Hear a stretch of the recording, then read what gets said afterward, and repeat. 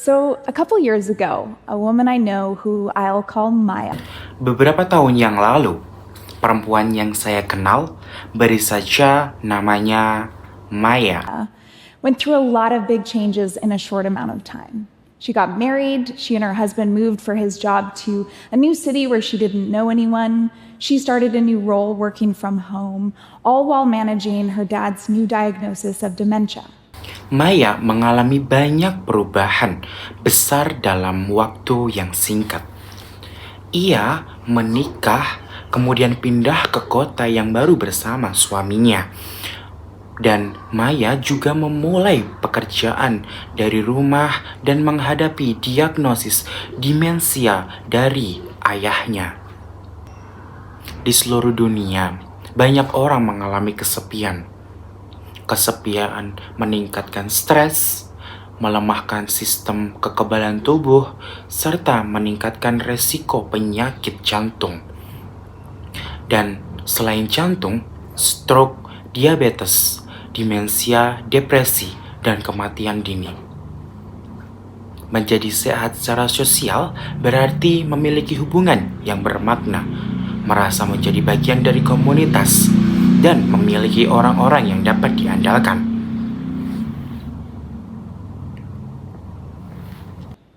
And to manage the stress of all this change, Maya doubled down on her physical and mental health. She exercised almost every day. She ate healthy foods. She went to therapy once a week. And these actions really helped. Untuk mengatasi stres, Maya rutin berolahraga, makan sehat, dan menjalani terapi. Her body got stronger, her mind got more resilient, but only up to a point. She was still struggling, often losing sleep in the middle of the night, feeling unfocused, unmotivated during the day. Maya was doing everything that doctors typically tell us to do to be physically and mentally healthy, and yet something was missing. Tubuh dan pikiran Maya menjadi lebih kuat, tetapi ia tetap sulit tidur, sulit fokus, dan kehilangan semangat. Ternyata masih ada sesuatu yang kurang. Hal yang kurang itu adalah kesehatan sosial. Selama ini kita hanya mengenal kesehatan fisik saja dan mental, apalagi hubungan dengan orang lain juga sangat penting. Kesehatan sosial berkaitan dengan kualitas hubungan kita dengan keluarga, teman, tetangga, rekan kerja, dan komunitas kita. What if I told you that what was missing for Maya is also missing for billions of people around the world, and that it might be missing for you? What if I told you that not having it undermines our other efforts to be healthy and can even shorten your lifespan? Maya tidak memiliki komunitas di kota. Ia jarang bertemu keluarga, teman, maupun rekan kerja Maya. Pengalaman ini menunjukkan bahwa kita tidak bisa benar-benar sehat jika hanya menjaga tubuh dan pikiran, tetapi mengabaikan hubungan sosial. I've been studying this for over a decade, and I've discovered that the traditional way we think about health is incomplete.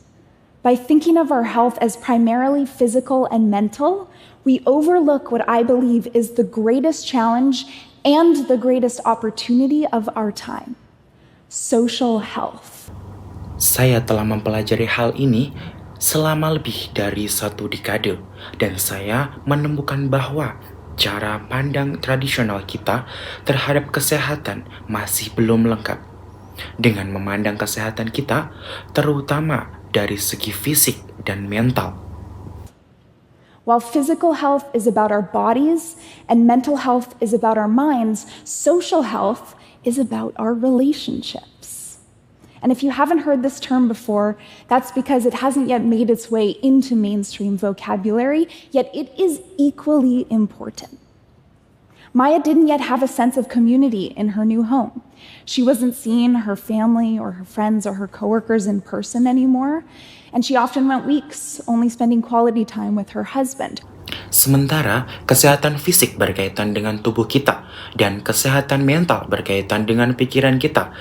Kesehatan sosial berkaitan dengan hubungan kita. Dan jika Anda belum pernah mendengarkan istilah ini sebelumnya, itu karena istilah ini belum masuk ke dalam kosakata umum.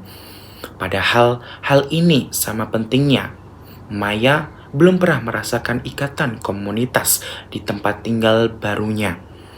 Dia tidak lagi bertemu keluarga, teman, atau rekan kerjanya secara langsung. Dan seringkali Maya menghabiskan waktu berminggu-minggu hanya bersama suaminya di kota. Her story shows us that we can't be fully healthy. We can't thrive if we take care of our bodies and our minds, but not our relationships. Kisah Maya menunjukkan kepada kita bahwa kita tidak bisa sepenuhnya sehat. Kita tidak bisa berkembang jika kita menjaga tubuh dan pikiran kita, tetapi bukan tentang hubungan kita. Similar to Maya, hundreds of millions of people around the world go weeks at a time without talking to a single friend or family member. Mirip dengan Maya, ratusan juta orang di seluruh dunia pergi berminggu-minggu tanpa berbicara dengan satu teman atau anggota keluarga pun. Globally, 1 in 4 people feel lonely. And 20% of adults worldwide don't feel like they have anyone they can reach out to for support. Secara global, 1 dari 4 orang merasa kesepian dan 20% orang dewasa di seluruh dunia merasa tidak memiliki siapapun dapat mereka hubungi untuk mendapatkan dukungan. Think about that. 1 in 5 people you encounter may feel like they have no one. Pikirkan tentang itu. 1 dari 5 orang yang Anda temui mungkin merasa seperti mereka tidak memiliki siapapun. This is more than heartbreaking, it's also a public health crisis. Disconnection triggers stress in the body. Ini lebih dari memilukan. Ini juga merupakan krisis kesehatan masyarakat. Pemutusan hubungan memicu stres dalam tubuh orang. It weakens people's immune systems. It puts them at a greater risk of stroke, heart disease, diabetes, dementia, depression, and early death. Social health is essential for longevity. Itu dapat melemahkan kita dari sistem kekebalan tubuh orang. Itu menempatkan mereka pada resiko yang lebih besar dari stroke, penyakit jantung, diabetes, demensia, depresi, dan kematian dini. Kesehatan sosial sangat penting untuk umur panjang. So you might be wondering, what does it look like to be socially healthy? What does that even mean? Well, it's about developing close relationships with your family, your friends, your partner, yourself. It's about having regular interaction with your coworkers, your neighbors. It's about feeling like you belong to a community. Jadi, Anda mungkin bertanya-tanya, bagaimana rasanya menjadi sehat secara sosial? Apa artinya arti sosial? Ya, ini tentang mengembangkan hubungan dekat dengan keluarga, teman, kemudian juga pasangan. Dan selain pasangan, dirimu sendiri. Ini tentang berinteraksi secara teratur dengan rekan kerja Anda, teman kalian. Ini tentang merasa seperti apa yang akan menjadi bagian dari sebuah komunitas. Being socially healthy is about having the right quantity and quality of connection for you. And Maya's story is one example of how social health challenges come up. In my work, I hear many others. Menjadi sehat secara sosial adalah tentang memiliki kualitas dan kualitas koneksi dan tepat untuk Anda. Dan kisah Maya adalah salah satu contoh bagian dari salah satu tantangan kesehatan sosial yang muncul dalam pekerjaan saya. Saya mendengarkan banyak hal-hal lainnya.